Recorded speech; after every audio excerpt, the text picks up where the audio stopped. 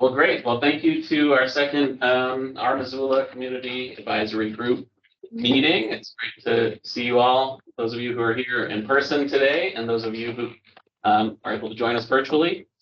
We're gonna kind of jump right into things. Our main discussion item is a preview and kind of primer on the equity land use report that we've been working on as part of this project, and our consultant team is here to present on that and lead a conversation.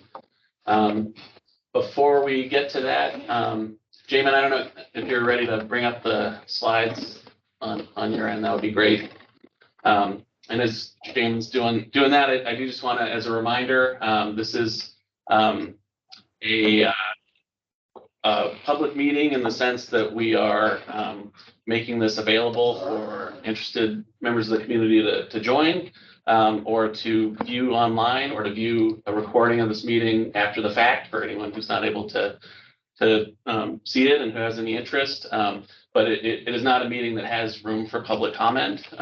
And so this is just kind of a chance to hear what's happening, but it's not necessarily open for It didn't say public comment on the agenda. They didn't? Oh, no, sorry. Something else. Because I'm in a public comment campaign, so I go anywhere I can make public comment. And so if I can't make public comment about the drug epidemic overwhelming our community, then I'll just go so you guys can have your important business. Okay. Yeah, it's not a formal. Okay. Then I'm going elsewhere. I have better things to do with my day. Thanks, guys. Thank you. And thank you.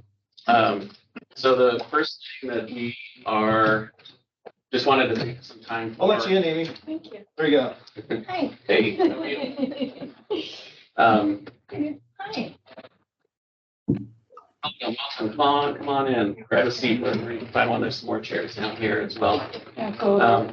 So we want to save an hour, at least around an hour, for the equity report conversation. So leading up to that, we want to just see if there's any questions so far coming out of our last meeting, or out of anything that you all have been thinking about or looking at since then. So I wanted to kind of start there, and it just gives time, 10 or 15 minutes for that, if there is anything. And maybe just since we're still getting to know each other, if we could still introduce ourselves with our, if you do raise a comment. And before that, I also wanted to give Chris and Leslie a chance to introduce themselves, because we missed that at the last meeting. So maybe we can start there, if that's all right, not to put you on the spot. That's fine. Do you want to start with me? Yeah, if that's all right. Just, who you are and kind of what you're looking forward to about bringing to this group. I don't know where to direct my attention. So I know. I Slightly unnerving. will look up at the ceiling. My name is Chris Chitty. I'm with Hone Architects and Builders. Been a builder in Missoula for around 15 years, and come to this work just based on, wanting it to work better. Awesome. Thanks, Chris. Leslie, are you there? Are you able to give an introduction? Can you hear me? We can. Yes. It's very faint, but we can. Okay, well, I will lean in and speak up. I think you can probably see me too, because I took my little blocker thing off of the video part. I had intended to be in the room with you, but I went on a hike with some friends and it just took a little too long. So that's why I'm on Teams. So I am recently retired from First Interstate Bank. I've spent many years working in affordable housing, primarily low-income housing tax credit or LIHTC projects. And I think they're a valuable tool, but I know there are other tools as well. I have been thinking about what constituency I serve in this group, and I think there's probably a few. One is probably certainly the affordable housing community, the low and moderate income individuals who need to be able to access safe and healthy affordable housing. And then although I'm retired, I think I have some insights as to the financial aspects of feasibility of things, et cetera. And so I can add something there. And then of course, I live in Target Range now, so I'm in the county, but I spent 26 years living in downtown Missoula. And so I have some perspectives on that as well.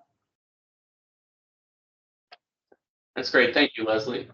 Is there anyone else I missed? I I think that was, everyone else was able to introduce themselves last time. So yeah, let's just open it up for questions for a little bit. Is there anything that anyone wants to bring up coming out of the last meeting?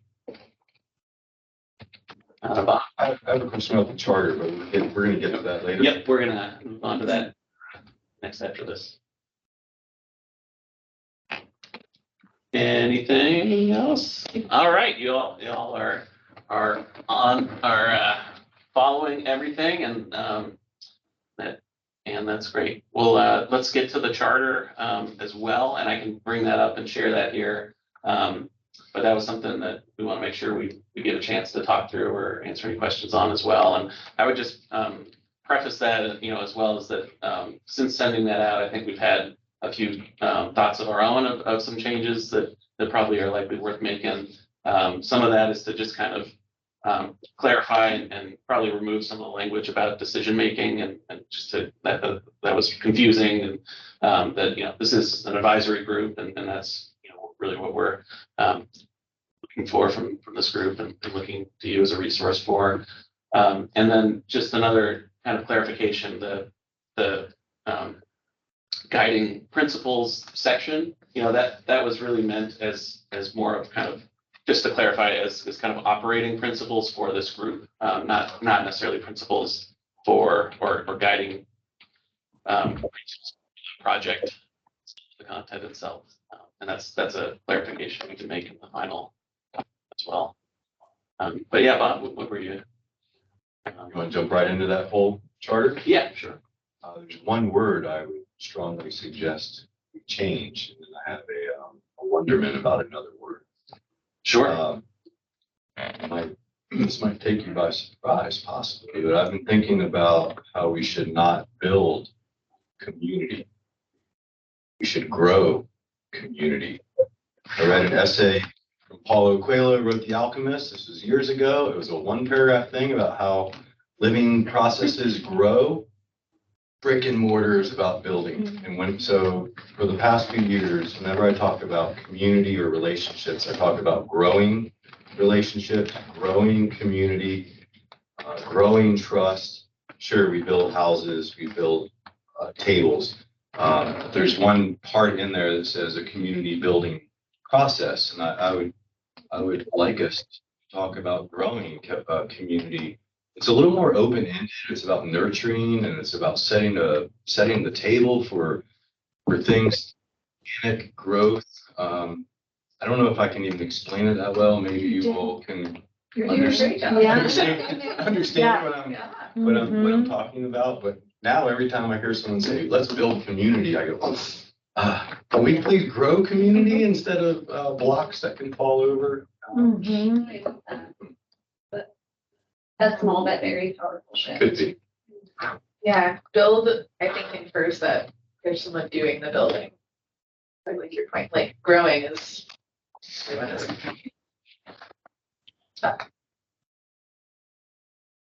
Was there a second? On this. Said this group is inclusive, which I think I agree with, but we've also set a 16-person boundary and no one else is waiting.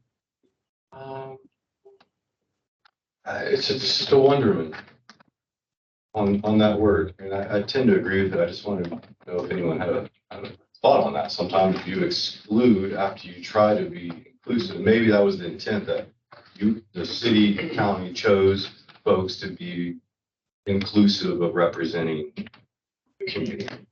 So I'm just fine with that, but I want to make sure we scrutinize some of these words that are early on in this process. And I think too, being open to scrutinizing voices at the table as we move on. And so it doesn't also have to be that those who were asked and able to join at this first convening are all the voices. So we might identify, like, we're really not hearing anything from this particular area or this, and maybe through all of our connections, we can identify someone who would be important to be here who isn't here now. And I think we can be open to that. Speaking in conclusion, it looks like you have a participant waiting. Oh, thank you. Good night. Great. Any other thoughts or comments? Alan, I was a little bit expecting you to have a Where's our red line? version or whatever. I'm out of ink. The legislature took all your pens. All of it. Well, I think one point I'd make too is that, this is a document we can come back to and modify and figure out what makes sense for this group to make it work for us as we move along as well. Well, great. Well, what we want to do with that is to kind of finalize it, take comments into consideration, and then get it to at least as a starting point here for this group, a final draft, and then also bring in our information on who you are, the group members, from your bios and whatnot. And so just one more plug on those. If you haven't got a chance to send that in, it's helpful if you can, but otherwise we've been hearing from you and through these meetings as well, so we can use that. So once we finish that up, we'll follow up and send that document out, so that you'll have that for your records. Well, that's all the kind of group business that we have to start things off. So I'm going to pass it over to Jamin Kimmel and let him lead you through this next discussion. Great. Hi, everyone. So I'm Jamin Kimmel. I'm with Cascadia Partners, one of the main consultants on the project, if you recall. And glad to be here with you today and excited to have this discussion. So we were asked by the city to do a presentation and kind of a preview of the work that we've been doing to evaluate the code and the growth policy from an equity lens, specifically. So this is something that the city had not really done explicitly in the past. And so that was a big objective of this project, was to make equity a more central goal and a central policy that should be kind of applied to both overall growth policy and the development code. And so what we've prepared is called the Equity and Land Use Report. And we have a draft of it that's about 95% complete. We're putting some finishing touches on it here in the next week or two. And so I imagine that'll be released to you in the near future. But we thought this is a good moment and a good timing to give you a preview of what the report includes, what are our key findings, and what kind of directions it might point the city toward in terms of growth policy updates and code reforms that would address equity. And so I'm going to go ahead and go through a presentation that should only last about 10 to 15 minutes. I'll try to keep it high level and want to have plenty of time for discussion. And then we have a few kind of discussion prompts at the end just to kind of get you thinking of how you might relate this to your experience in the community and your work in the community. But then separately, also just very open to other feedback, critiques, suggestions you have on our approach to this work. So I can get started. So covered a bit of this already, but the purpose of the Equity and Land Use Report is to really just start to help to guide the city in making changes to land use codes, land use policies and codes, in an effort to try to address social equity. And a big purpose of the report is to kind of break down the different facets and dimensions of equity in land use. So this means different things to different people. There are different ways of looking at what is an equitable development code, or even what is an equitable city. And so we start to break down those ideas and give some guideposts for the city to think about moving forward. A third purpose, which I think is pretty important in this work, is to try to start to establish some benchmarks for how to measure progress on equity issues. Some ways that we might quantify and really evaluate the code's performance vis-a-vis equity. And so we started to do that using some quantitative analysis, and we're interested in your feedback on the appropriateness of those measures as ways to try to assess whether the city is meeting its equity goals. So a bit more background on why we're focusing on equity as part of the Our Missoula project in general. So this was equity and specific to land use and development code was specifically identified in the citywide housing policy in 2019 as some type of equity analysis of the code would be valuable and something that hadn't been done before. In the city's strategic plan in 2020, that objective was carried forward and identified as a priority for this project. That strategic plan is adopted by the city council. And then in 2021, the city adopted the Justice, Equity, Diversity, and Inclusion, or JEDI resolution. And that resolution calls for the city to apply a JEDI lens, or we use equity as a shorthand for many of those concepts, but an equity lens to all of their programs and operations and policies. And so this is carrying forward in one way the city is implementing that resolution, specifically around land use and development. So I'll give you a little preview of what the report looks like and kind of what's included, and then we'll get into some of what are the key takeaways and some of the findings that we have. So we begin with some historical context. So we think that's really important in discussing equity and land use. There are many injustices and inequities that have occurred in the past, and those affected who can live where, who has access to different neighborhoods, and those are important things to take stock of in this kind of analysis. And you know, the city of Missoula did not begin in 2022 or 2023. It's been around a long time, and there's a lot of history that's important to take account of. From there, we do an analysis of, I'm just going to flip through some pages of the report here to give you a little preview. Following the historical section, we do an analysis of the current zoning regulations and their impact on three key equity issues. And I'll cover those today, what those three equity issues we've identified.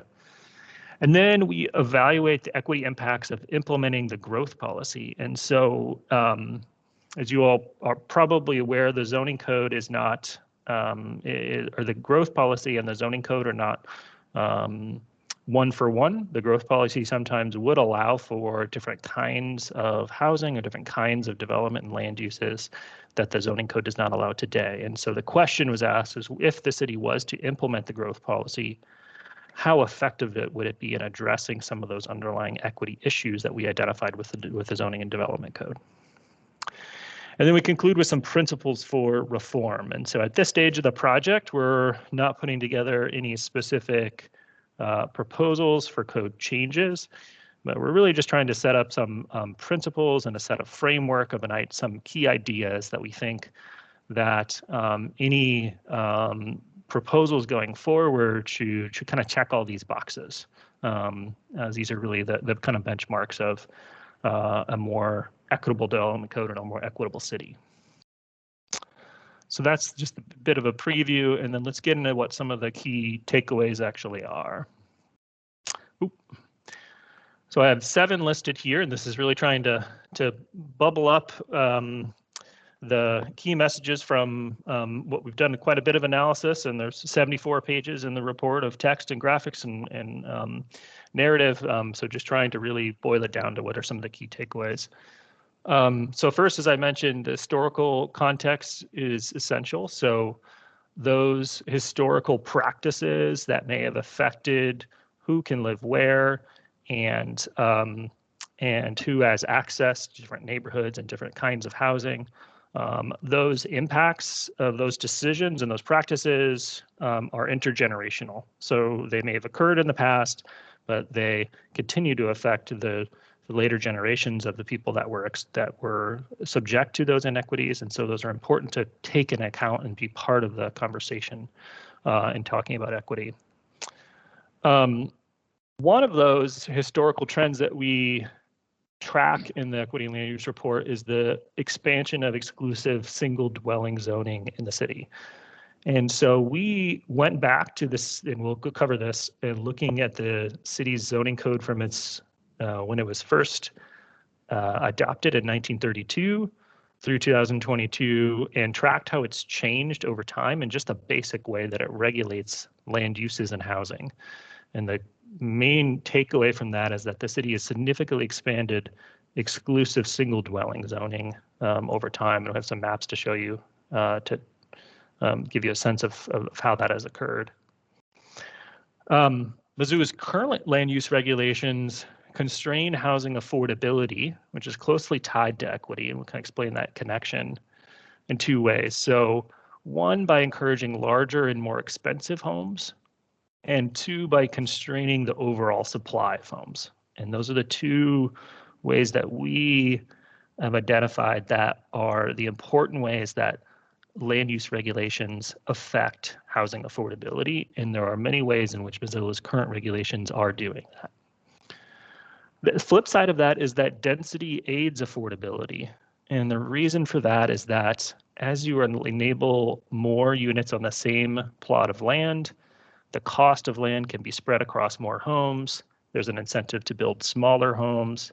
Smaller homes tend to be more affordable, and the cost of development on a per unit basis go down. So we did some analysis to kind of prove that out in Missoula and see what that looks like in across the different zoning districts in Missoula and the levels of density that are allowed. But that connection between density and affordability is really important. It's really one of the main ways that the code affects housing affordability. Missoula zoning contributes to segregation by income and race and / ethnicity. So we'll talk about this a little bit more, but it is related to the way that the code influences kinds of housing that can be built and who can afford those kinds of housing. Missoula zoning also has the impact of generally concentrating new housing development and higher density housing development in lower income neighborhoods. And we'll break that down a bit more. But the main takeaway from that is that that zoning pattern tends to increase the risk of the displacement and gentrification, which are kind of separate but really important equity issues related to zoning. And lastly, implementing the existing growth policy map would be a positive step towards addressing some of these issues around affordability and segregation and displacement and gentrification, but they're really not enough to fully address these equity issues, is the conclusion of our analysis. There are some changes that are important, but we don't think they go far enough in order to improve outcomes around equity and housing affordability. Okay, so that was a lot, but let me kind of break that down here and kind of step you through some of the data and analysis. So in terms of the historical trends in the zoning map in Missoula, what we did here is we broke down the historical zoning districts based on how they regulate housing. And so there's a few categories of zoning, residential zoning, and also commercial and industrial shown on this map. And so you can see here when the city initially adopted a zoning code in 1932, there was no zone that was exclusively for single dwellings or single family homes. The lowest density zone allowed for single dwellings and duplexes. And most of the city allowed for a variety of housing types. So everything from single family homes to apartments or even boarding houses were more common in the zoning code in that period. We tracked how that changed over time. So in 1948, we had data on the zoning map at that time, and largely the zoning categories stayed the same. There was no exclusive single dwelling zone, but those same zoning categories were expanded as the city expanded and annexed some nearby areas. So you can see that growth between 1932 and 1948 there. So we don't have any data between 1948 and 2022, but we do have the current zoning code, 2022-23. And the pattern that happens then is you see the expansion of the city between basically over the latter half of the 20th century, is that most of the new areas that were added to the city were in zone for exclusive single dwelling, so in that light yellow color there. What also occurred is that some of the neighborhoods that had previously been zoned for single dwelling or duplex or multi-dwelling were downzoned, either from multi-dwelling to single dwelling and duplex, or from single dwelling and duplex down to exclusive single dwelling.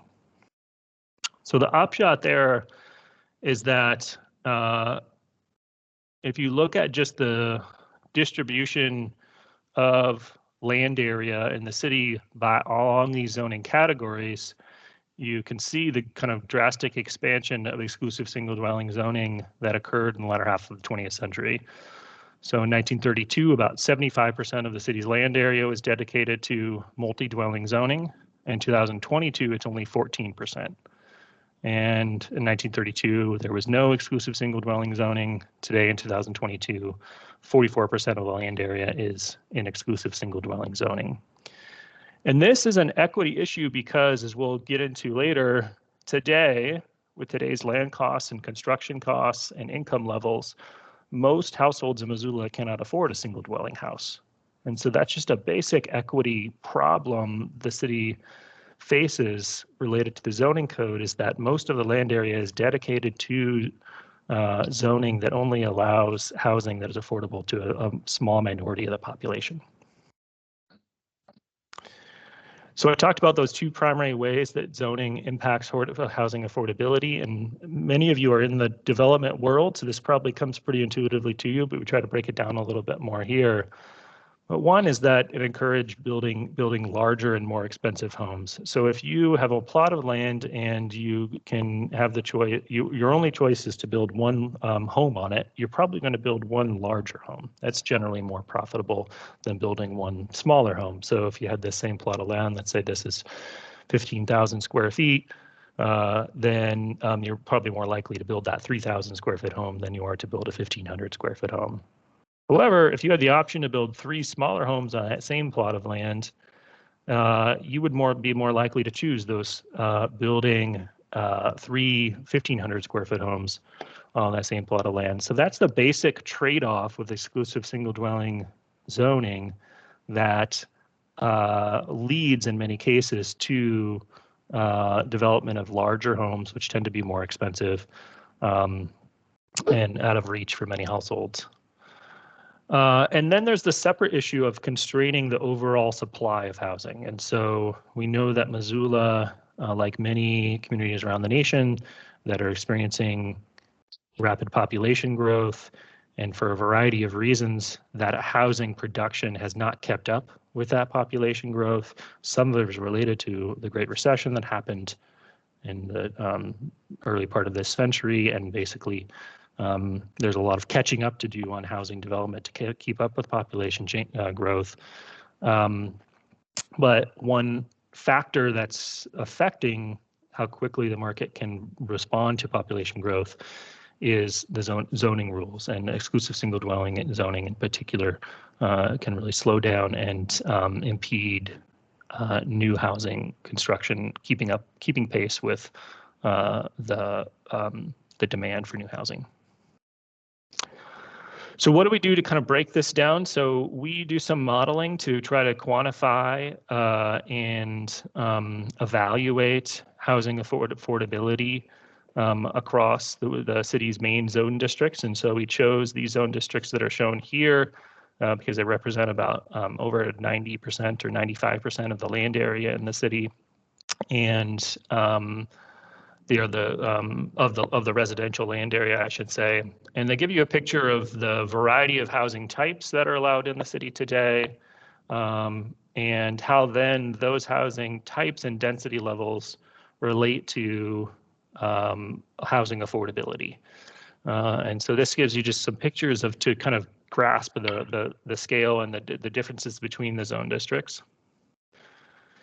And this is a kind of summed up analysis of, based on the cost of land, the cost of development. We asked the question, what is the minimum sale price or rental rate that a developer would need to charge in order for housing in that zone district to be profitable and feasible to build? And so we do some kind of hypothetical financial pro forma modeling to come to this conclusion. And the pattern is clear. As you increase density, it is easier to deliver units at a lower price point that are affordable to a broader spectrum of the community. And two reasons for that. One is the cost of land being spread across more units. So there's just efficiencies with higher density development. And then secondly, it is the incentive to build smaller units. So I talked a little bit about that as you are allowed higher density, sometimes in order to achieve that density, the developer needs to build smaller units. And so there's actually an incentive there to build the 1,000 square foot home or the 1,500 square foot home versus the 2,500 or 3,000 square foot home. So to kind of sum it all up back to the basic equity issue related to housing affordability, and it comes down to that about 64% of the land in the city, so between exclusive single dwelling and duplex zones, are zoned for housing that's affordable to less than 30% of Missoula's households. And so there's a basic problem there that much of the land that's zoned for housing is unaffordable to most of the existing residents. And then on the inverse of that, about 36% of the land in the multi-dwelling and commercial zones that allow for higher density housing is affordable, but only affordable up to about 60% of Missoula's households. And so that's one of the other challenges here, is that zoning and land use regulations can only go so far.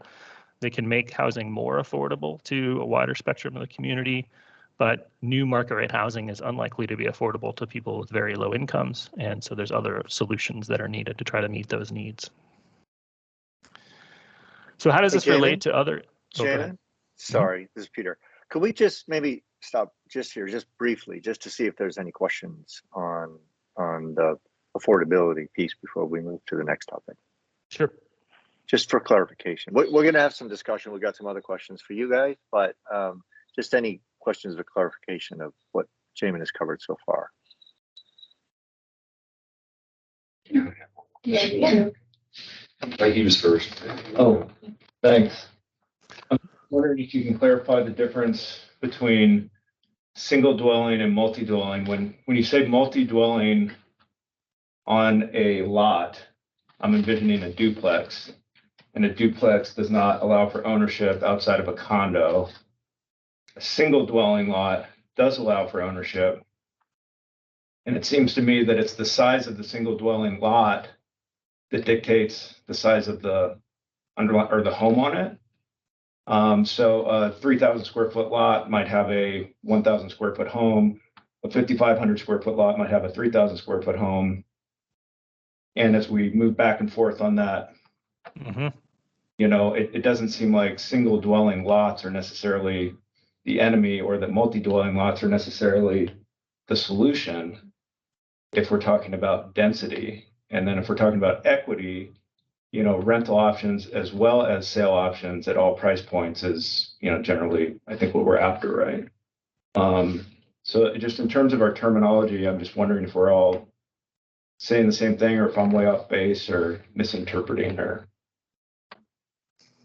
No, I don't think you're misinterpreting. What I think you're pointing out, which we completely agree with, is that there is a variety of densities. There's a wide spectrum of single family or single dwelling housing, and certainly single dwelling or detached houses on smaller lots are significantly more affordable than those on larger lots, or can be more affordable.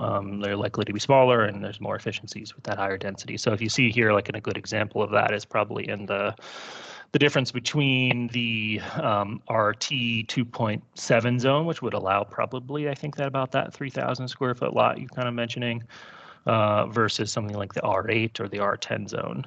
And the two big factors there are land costs and the size of the unit. And on those R8 and RT10 zones, there's not a lot of incentive to build that smaller 1,500 square foot home.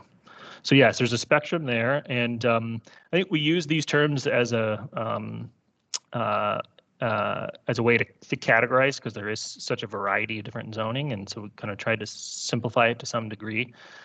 But it's both about density, but also about housing options and having a diversity of housing types available in all zones. And so that's one of the other equity issues related to exclusive single dwelling zones, is that not only the density, but also just the ability to build different housing types which might meet different needs.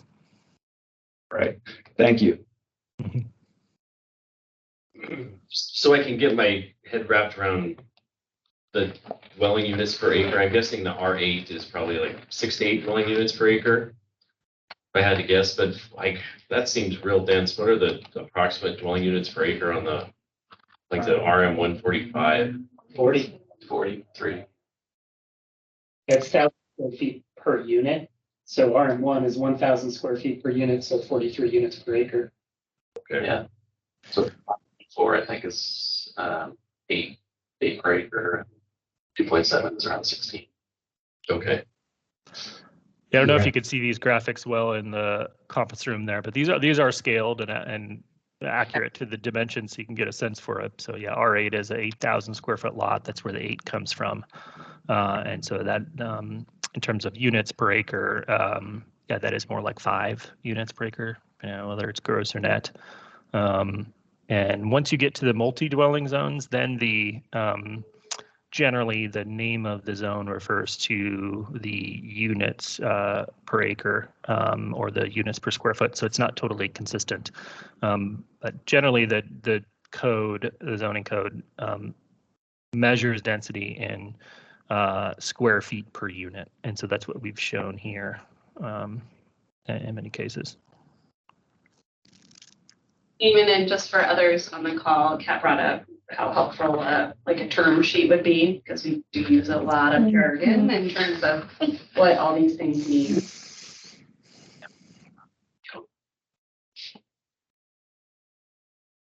Question, yeah, can we go to the next slide for a second? Can you just explain to me the RM 135, RM 145 price jump to the, because typically 145 is it's not as restrictive as 135.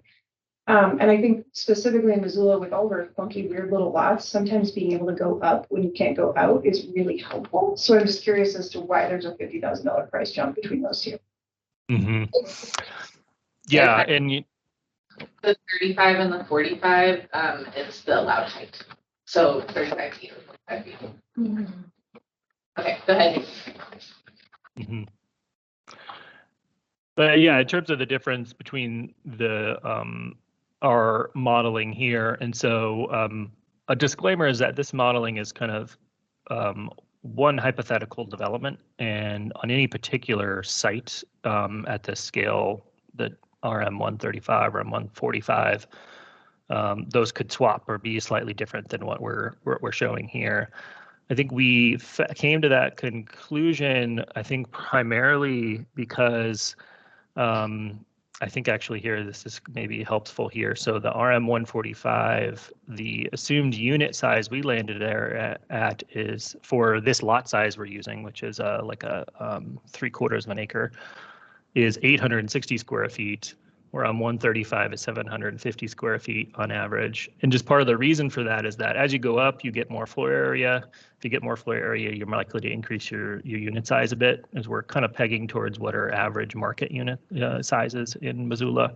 And so that's part of the reason where there's that slight difference. It's just the unit size we're assuming is there's larger units, then they're going to be priced a little bit higher. Tung, it looks like you have a question.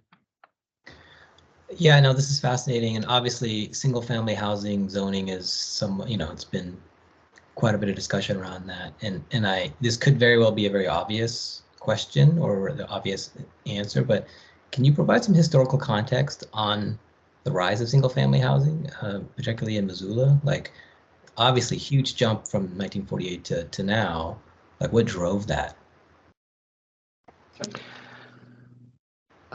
So we didn't have a lot of like historical record to track why specifically. So I don't know if any of the city staff that were have been more familiar with the longer term history of zoning in Missoula could speak to that. I could just quickly offer that on a national scale, this is consistent with many other cities in the latter half of the 20th century. And many cities did downzone significantly other areas of their city that used to allow for multi-dwelling. So a classic example is Los Angeles, like completely downzoned most of the city to remove, it was some absurd number of a housing capacity or in the latter half of the 20th century. So it's not uncommon. It was some constellation of social and economic trends that led to those decisions. But that's all we know here is that it happened, I guess, based on the information we have.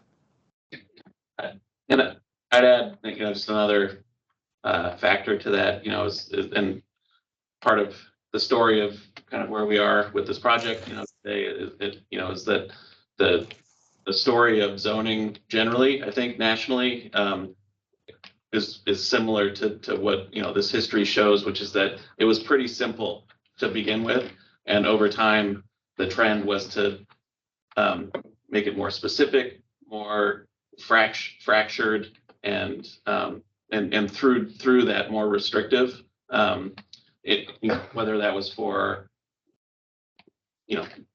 various reasons why that happened, I think, but that's part of the story of zoning and where we are today. I think is that if you look at a lot of places, the amount of zoning they have and types of districts and overlays and other zoning tools has been compounded over time, and the trend I think that we're in now is to try to kind of walk that back, and to some degree at least.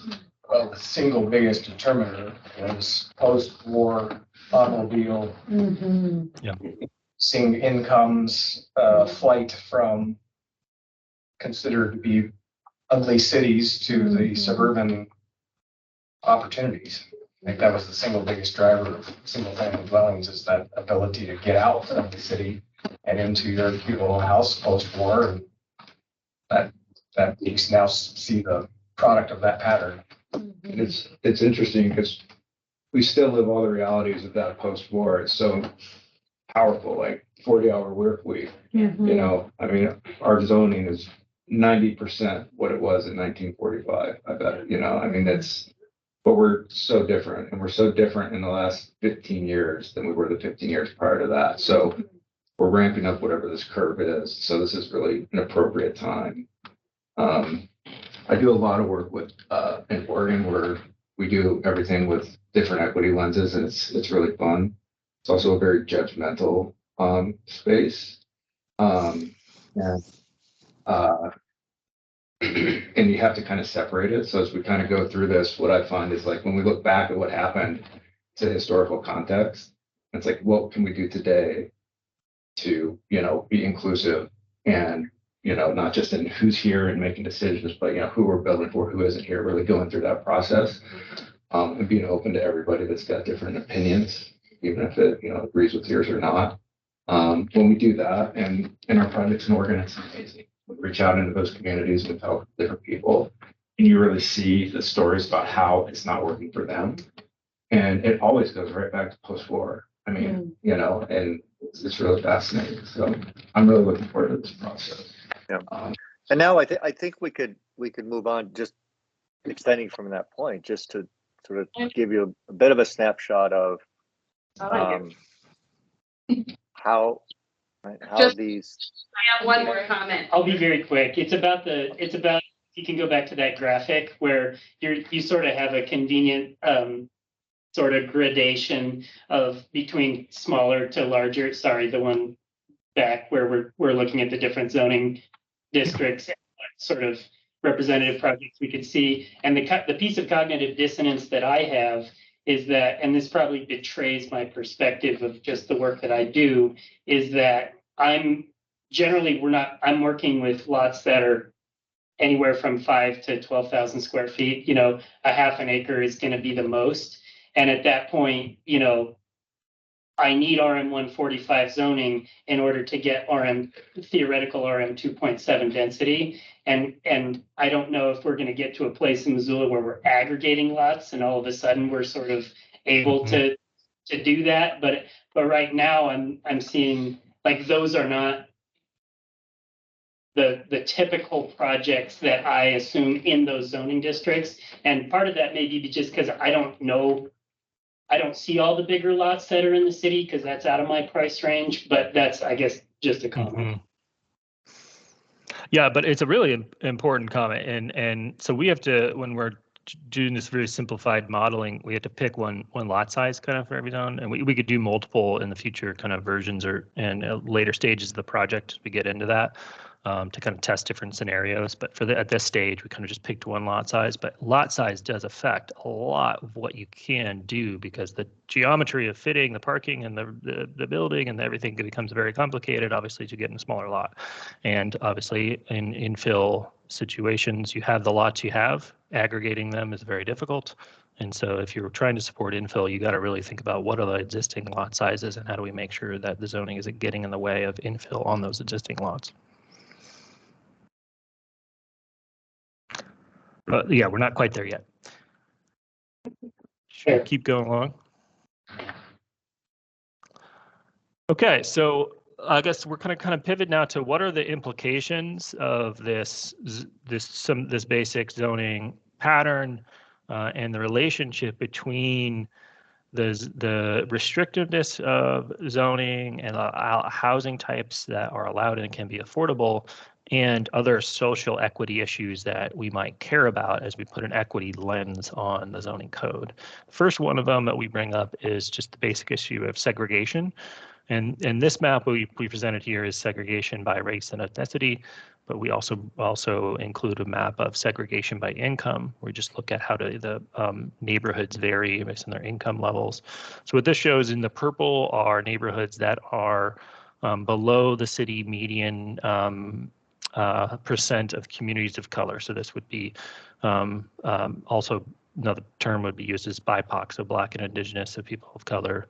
And so the percentage of the census tract that identifies as that community is what's shown here. And so kind of purple is below the city median and kind of more or less diverse.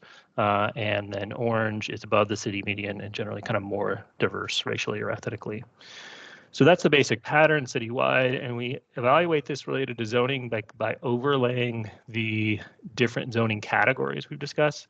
So it's kind of a palette here of 4 maps, and so you look at in the top left is the exclusive single dwelling zones, the top right is single dwelling and duplex, and then bottom are multi-dwelling and commercial and mixed use zones. And multi-dwelling and commercial and mixed use zones generally allow a similar level of density and similar housing types. But the pattern is clear here is that in the exclusive single dwelling and the single dwelling and duplex zones, they are much more likely to be less diverse. So to have a lower share of the population that identifies as community of color. In the multi-dwelling and commercial mixed-use zones, much more likely to be more diverse, have a higher share of the population identifies as community color. And so this is clear to us that there is at least a correlation between zoning and some of these patterns of segregation and just neighborhood diversity. But the close connection here in the mapping makes us believe that there's a kind of a causal relationship that over time the zoning has affected who can live where and what income levels and types of families can live where, and that in turn has created patterns of relatively more segregated neighborhoods.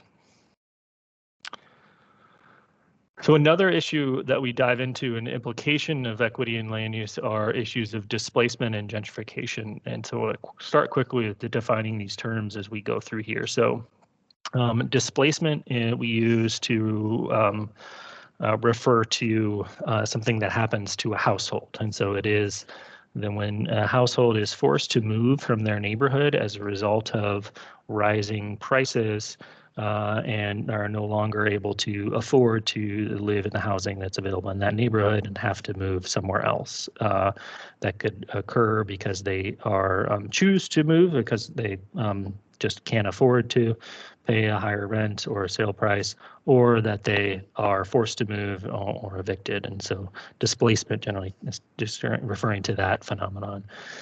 Gentrification is something that happens to a neighborhood. And so gentrification occurs and is often closely related to displacement, but not one for one.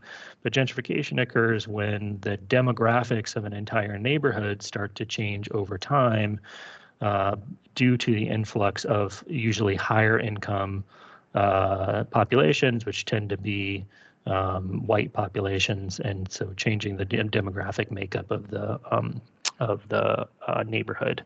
And so these are equity issues that we want to try to understand how the zoning may be influencing these issues. And so the first step we do is to do an analysis of what are the neighborhoods that are either experiencing gentrification potentially in Missoula or are vulnerable to gentrification. And so in this map here, we've identified, based on a few different indicators, the neighborhoods in yellow that are, we call affordable but vulnerable. So these are areas that have a high rate of residents that are vulnerable to displacement. But at this time, no demographic change has occurred, and relative to other neighborhoods in the city, the housing market remains relatively stable. And so again, all of Missoula is getting more expensive, but this is relative to other places in the city. The areas in orange are areas that have high rates of residents that are vulnerable to gentrification or vulnerable to displacement, but they are not yet experiencing demographic change, but they do have a kind of a hot housing market where the housing in that particular neighborhood is getting more expensive over time. And so those are kind of categorized as early gentrification. And so that's our methodology to try to assess where are the neighborhoods that are more at risk of gentrification and where are the households that are more at risk of displacement. We do the same similar kind of analysis here to overlay the zoning categories to try to understand a potential relationship here. And one of the challenges that Missoula faces here is that many of the neighborhoods that are either vulnerable to gentrification or in early stages of it are zoned for higher density housing. So they're in multi-dwelling zones or the commercial and mixed use zones. And this is a complex issue to try to break it down, but basically the literature on the relationship between zoning and gentrification is not conclusive.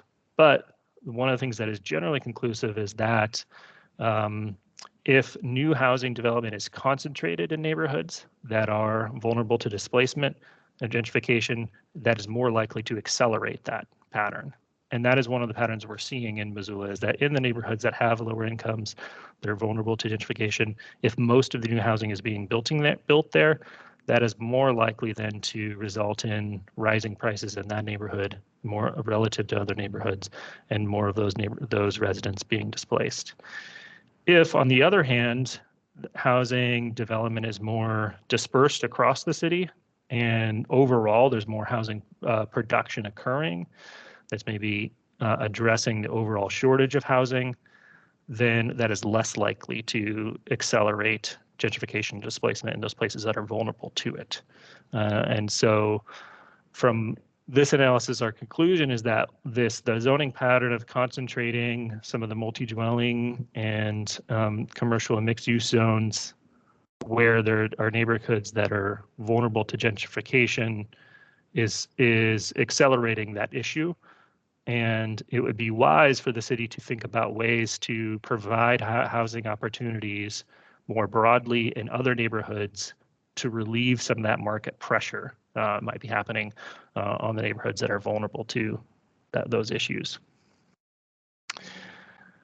Okay, do we want to stop there? Should I go through principles? There's a lot with gentrification displacement that's tricky to untangle. So Keep going. okay, we'll wrap it up. So the end of the report, we conclude with kind of what should the city do going forward, and what are some key ideas that should be infused into the code reform and the growth policy process. And so there's 6 of them that are listed here on the slide, and we put these forth not as individual ideas, but as a framework. And we think that all of these need to be addressed in some way in order to fully advance social equity through the zoning and policy reforms. 1, distribute opportunities for affordable housing types broadly throughout the city. And so that's the basic challenge with Missoula zoning pattern now, is that the housing types that are more likely to be affordable to lower income levels are concentrated in only a certain number of neighborhoods, and there needs to be opportunities for those housing types to be developed in more places. Separately from housing types, which is good for just diversity of options, but also the second principle is allowing generally higher density levels that encourage smaller and more affordable homes. So again, with that principle that density is supportive of affordability, and the more the city can support higher density in more places, the more likely they are to see smaller, more affordable homes being built. Third, do not limit higher density housing to neighborhoods vulnerable to gentrification. And so it's kind of the key outcome of that analysis is that today, higher density housing is largely limited to those neighborhoods that are vulnerable to gentrification. The outcome or the implication there is not that higher density housing shouldn't be allowed in those neighborhoods, or that that's not a good idea, because that higher density housing actually has been shown to mitigate displacement in some studies. But it's actually that it should not be limited to those neighborhoods. That is the conditions under which gentrification is more likely. Design effective incentives for income restricted affordable housing. So this is following on from the finding that regardless of the density level, new market rate housing is unlikely to be affordable to the households of the lowest income levels. And there are other tools that are needed in the realm of zoning. The primary tool there would be an incentive for income restricted units. The city has some incentives today, and there's a separate study that went on to look at some of those incentives and some work to update those. So we're kind of carrying that forward here. We think that's a really important piece of the puzzle related to equity and housing affordability. So 5, kind of related to density and housing types, allowing for higher density need not mean that the city doesn't regulate the form, the scale, the massing, how a building looks and feels and fits in with its neighborhood. And so there's not a direct trade-off there. And so the idea here is that can the city focus more of their regulations on the form of buildings, less on density, or less on the number of units in the building? And so that's just a key idea to think about, is that the city need not give up regulations on how big buildings are or how they fit in with the neighborhood, but the focus should be more on the actual form of the physical structure, less on the number of units. Lastly, design reforms to increase access to opportunities, services, and amenities. So I didn't present it in this presentation, but there's a section in the report where we use some analysis that the city had done previously using a suitability index where it looks at what are the various kind of livability of different neighborhoods in the city based on access to different amenities and services and opportunities. And that's another way to think about equity, is making sure that there's opportunity for new housing in those neighborhoods that have those good access to things like parks and commercial areas, trails, things like that that are important for livability. So that's another lens to kind of apply to the future policy and code reforms. Okay, so I think we'll stop there. And we have a couple of discussion questions here. So maybe I'll just put this out here for you to think about these discussion. Into that. Just What's that? before, you had those 6 bullet items up there. I'm curious as to. Yeah. If you have analyzed the Swatucane zoning and wondering, did we get close to some of these objectives with that, or do we have to do even better? Yeah, no, we didn't specifically analyze that yet. Yeah, I think that's be something we will do at later stages of the project. You know, at this stage, we tried to capture the zoning that applies to most of the city. That is a really important part of the city where a lot of new growth will occur, but we haven't like fully studied it yet. We have one more question. I love most of those. I have quibbles with a couple, but I think another sort of whipping horse that you'll probably get tired of me talking about is creating a simpler and more easily administratable code, because I fear the entropy of increasing complexity, and I think it's really important that this be easy for the city to make happen. And does that rise to the level of principles for code reform? Or can that be encompassed in the 6 that you've already talked about? Mm-hmm.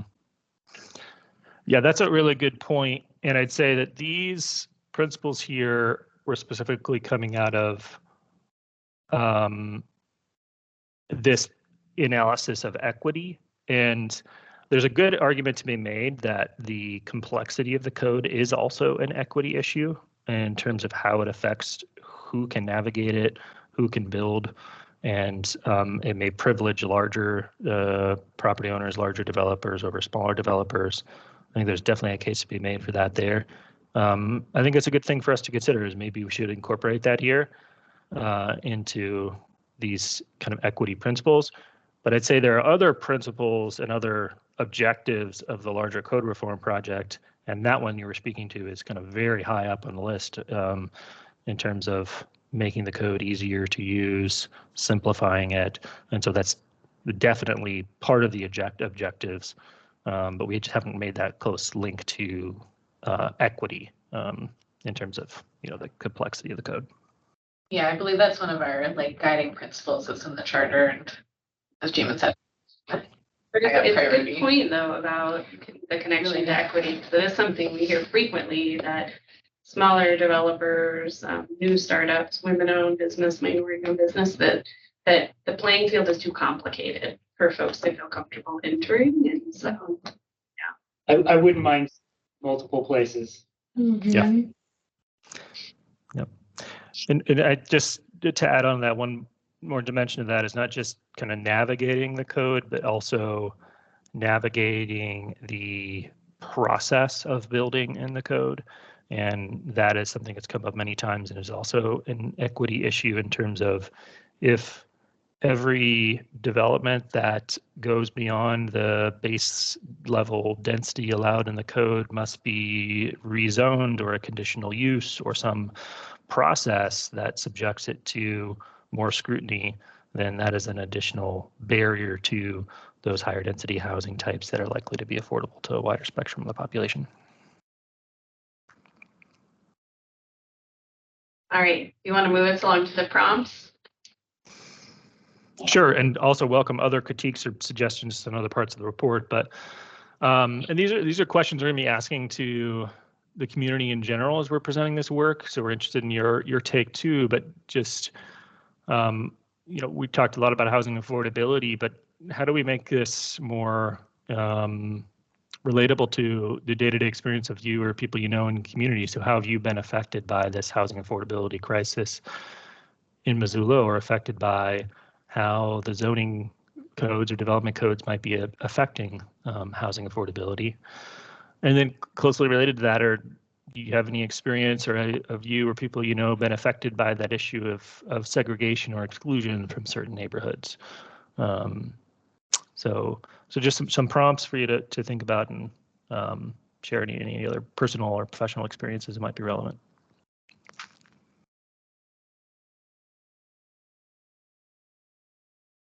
So I work with university students. I run our basic needs office and food pantry. So I'm working with the students who are most often coming here expecting that there will be housing because we don't have enough housing on campus and often not enough housing in town as well. These are the students who live in their cars or camp along with Clark Fork or are doubling up, tripling up, sleeping on each other's couches because they don't have other options. And for the last 3 years, the advice to students put out from my office and formerly the ASUM Renter Center under Jordan Lyons, the advice has been to look to the edges. If you have reliable transportation, look in Frenchtown, Florence, which incredibly limits access to those students for so many reasons, both access to campus. They're now having to spend, I think it's up to $280 on a parking pass because we don't have enough park and ride options for students, despite having pretty incredible public transportation here. But it also limits their access to community. So especially looking at that, the map of communities of color and how they've also been pushed to the edge. Those students often are poorest students or marginalized students who now don't have access to the queer and BIPOC communities in Montana, who maybe don't feel safe, particularly living out of the edges of town and out of the protection of their own community. I also get calls all the time from students who are dropping out and also young people who are having to move back home. Personally, I've spent many a summer here contemplating how I will stay in Montana. I'm 26, and my partner and I are now starting our housing search and having to look in Bonner and further out because we don't have other options. And that too limits and forces students to have to make a decision to bring their car and contribute to, contribute to carbon emissions and stress on the environment here, as well as stress on city streets. We've gotten to a point where as much as ACM transportation can kind of try to expand and fill those gaps, we're making it nearly impossible for students who don't have family support or generational wealth to become part of the community and live here permanently.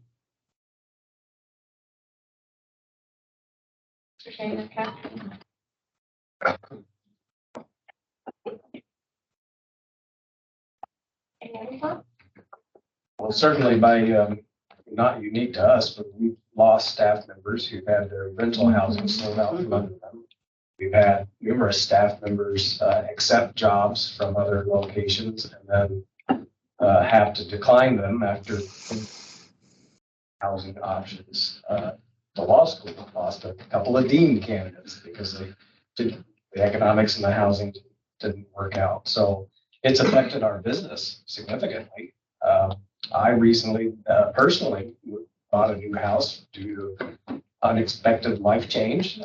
And it's, I'm very fortunate to be able to afford that, but it put into perspective the difference between those of us who had been here when we bought houses when they were cheap and now having to transfer into a spot where they're not cheap. And it's an eye opener. Again, fortunate that I'm in a position to be able to do that, but it's sure changed future plans significantly.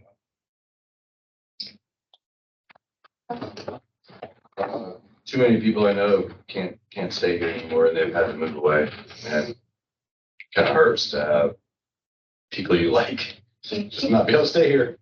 Go, and if that keeps happening, I don't know. Yeah. Could think, so let's get busy on this stuff. Let's solve it.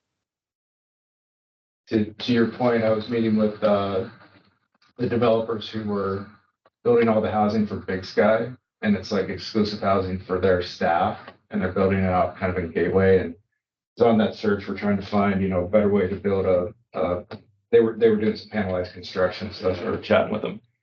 And in talking with them, they assumed that our housing issues were the same as their housing issues. And they're like, well, yeah, you can't put anything up for under 700,000. And then he was going on and saying, and it doesn't matter now. We've lost everybody.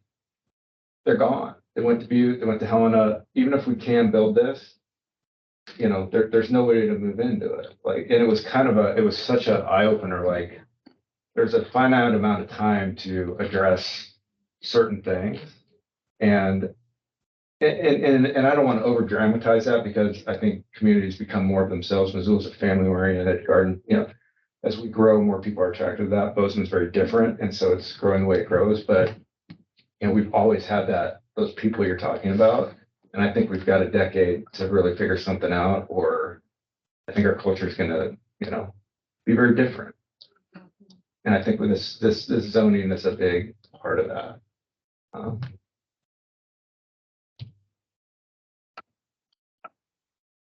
Anyone else? I'll go one more time. I think affordability is for me, it's always been opportunity. Like, I was able to buy my house with a big garage 15 years ago for $170,000, and was able to put a woodworking shop in there and then transfer that into like a general contracting business, and and then had 2 kids and was able to remodel the house, and that opportunity probably is one of the main drivers in how I've been able to grow and establish myself in the city. And I don't know that I would be able to do that now. And I see what's going to happen, like Justin said. I think that the vibrancy and the diversity and the spark that is Missoula is in jeopardy because of it. I'm right there with you. I wouldn't have been able to start my business, nor would have my now ex-husband started his business at Coffee and Betty's, because we bought a house and could draw equity from it. And it's just the only way we could have made, our dreams become reality and have a bank back us. And we're not alone in that. And that is a very true fact. And I also loved that you brought up how difficult it is to navigate. I have a friend, a single mom who owns her property, has been working so hard to build an additional house on our property. And it's just been, and she's smart and can handle the complicated things. And it is just too much. So just your average person who wants to relieve the stress of their own finances and also offer more inventory just can't do it. Your average planner is scratching. Yeah. Like, what? Oh. So yes, being able to enable individuals to be planners, business starters and owners, housing is key.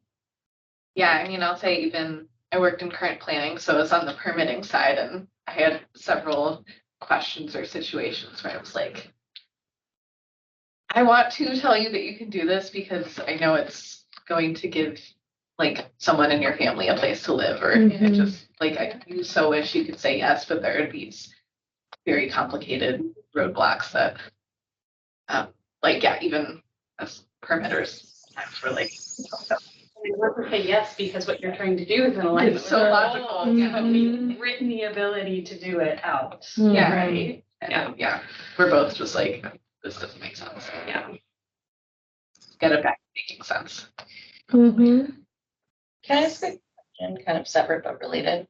Do we, and I'm trying to remember based on last week's introductions, are there folks who are part of this group who are in the space of like transit and transportation? And if not, are they included elsewhere in this project? Yeah, so Bob is in the sustainable, more active transportation realm. And then we have some folks from Mountain Lion on some of our like staff oriented work teams, and then like our transportation department in the city representing us too. There's another kind of set of groups that are more kind of technical teams that are formed in service to this project. And so there are kind of representatives from that on the people side that are definitely included in those. As part of looking at equity, I'd love to hear some of that information kind of combined in. I also was scrambling, trying to pull up the Office of Neighborhoods map to look at how that compares as well. Yeah, maybe, Jamin, the Access to Opportunity Index, I believe touches a little bit on like mobility and access to those kind of things. If you want to give a quick blurb about that, how that builds in. Sure. Yeah. And so, as I mentioned, there's a section in the report that talks about basically access to opportunity is the concept there, and opportunity involves access to, in the way we've modeled it and the way the city's measured it is transit lines, trails, but then also kind of walkability to parks, commercial areas. And so there's a methodology there they've used, and we've adopted that and then related that to zoning. And the positive story there largely is that the places that score higher, or what we think of as like having more of those better access to those amenities and services, generally are allowed to have higher density housing and a wider variety of housing types. And so that is an important pattern. They're largely in kind of the more central areas of Missoula. And so that's important good news. The flip side of that is there are some areas that have good access to things like trails and transit and parks and things like that, that also are exclusive single dwelling or single dwelling and duplex and are relatively unaffordable to many people. And so there's opportunity there where those places that could have a wider variety of housing options allow people to live in those neighborhoods that have that good accessibility to those services and amenities. Damon, are there other prompts that you have? Say 5 minutes at the end here to let the next meeting. Sure. Yeah. I don't know if it's a good prompt for a 5-minute discussion, so we'll put it up there and see if you have any questions. But I guess I'll also preface this with there is a plan to come back to the equity and land use report and have another discussion of it, have you have a chance to review it in more detail. But we're curious about in the issues of gentrification and displacement, and whether our analysis tracks with your day-to-day experience or observations in Missoula, and kind of where and how do you see gentrification occurring in Missoula, and how have you or someone you know been affected by the issue of displacement? So kind of focusing specifically on those two issues. While you're talking, I'll bring back up that map that we have here of where we've mapped areas that are vulnerable or experiencing gentrification.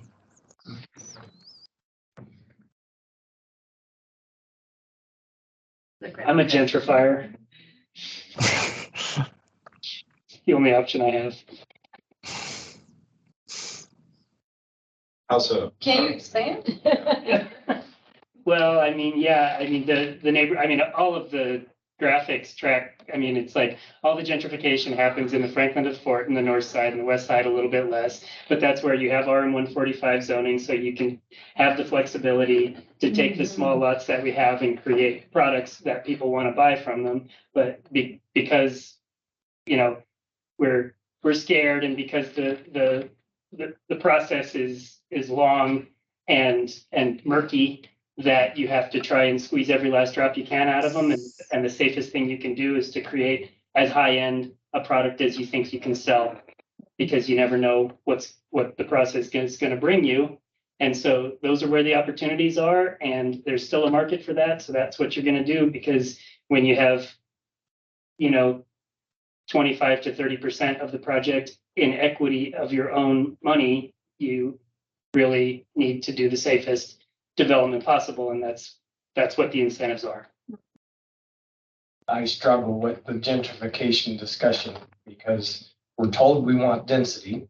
We're told we want more housing opportunities close to trails, close to access, close to transit, that sort of thing. But then when you buy those 3 old houses and you tear them down, you're displacing someone. you're also providing opportunities. Sometimes those opportunities are for people who can only afford $1 million condo. Sometimes those opportunities are for people who are more in that 100% AMI or 80% AMI, but you're still displacing people as part of it. Usually they're on the 40% AMI.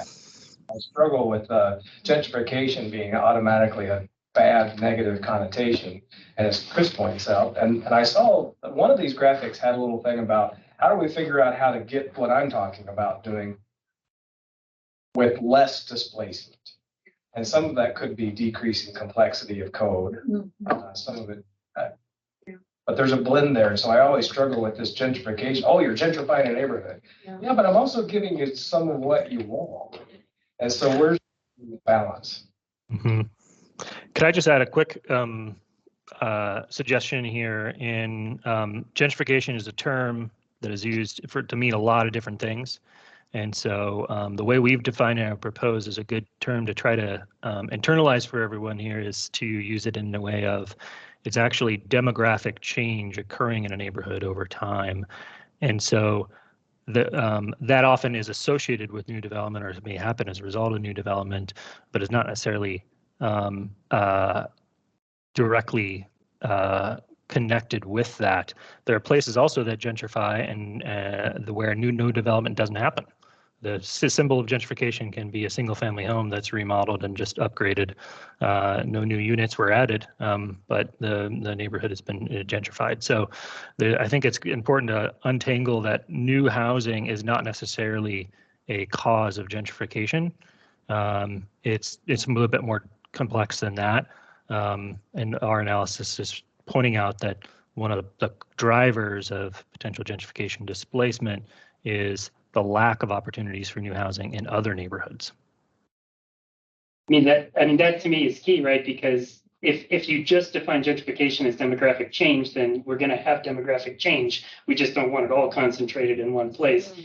We want the change to not be traumatic, so it's distributed as widely as possible. Exactly. Let's go to Adam and then to Ben the rest. Sounds great.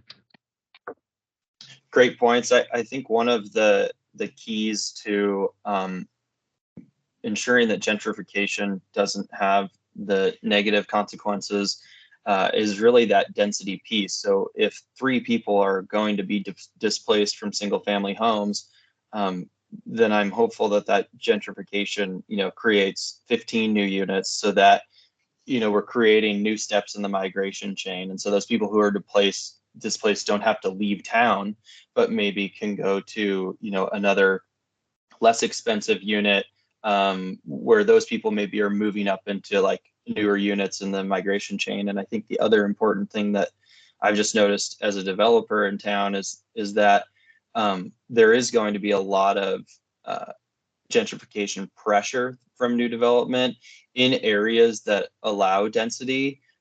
If we don't allow density throughout the city. So, there's areas like Target Range that are kind of off limits for urban development that if they had a little bit more development pressure there, it would take pressure off of other parts of town. And I think really just allow us to bring a lot more units to market without so many pressures of gentrification.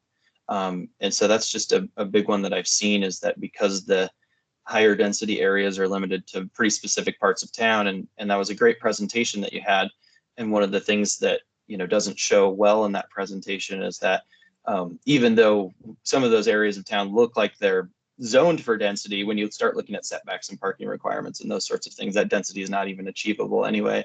And so I think one of the best things we can do to reduce the negative effects of gentrification is really, what the whole presentation is about, spreading the equity throughout the city, to spread that density around. Okay. And Jamie, can you go to the 6 principles slide? So I think if there's anything to reinforce, we look forward to digging deeper into this, but the principle 1, Adam, what you were just talking about, right, is distributing, and 3 is an important one. And 3, we're going to need your help that folks don't misinterpret that as saying no higher density in areas vulnerable to gentrification. right? That's not saying stay away from those areas. What it's really saying is don't limit it to just those areas as it is kind of happening today. So this idea of distributing more opportunity for housing, and then what would follow is distributing and broadening opportunities for more people, right? Thanks, Peter, and thank you all for coming again today, being here for this meeting. We're at time, a little over time, so we'll get you out of here. Our next meeting date is tentatively scheduled for June 23rd. So that's a Friday, the same block of time. And our thinking kind of moving forward is to reserve that time on a monthly basis, and then we can kind of decide whether we're going to use that or not as this project moves along. So our hope is to set this on a monthly schedule, starting at that June 23rd date. So if there's any concerns about that or any issues, definitely let me know. Follow up with me. This is a lunchtime meeting, and so you're certainly invited to bring lunch with you. Next time, if that sounds good to you. So certainly feel free to do that, and we'll be in communication before the next meeting. Thank you. Thanks all for your time. Thanks, everyone. Thank you. Thanks, guys. Bye. Thank you. Yeah.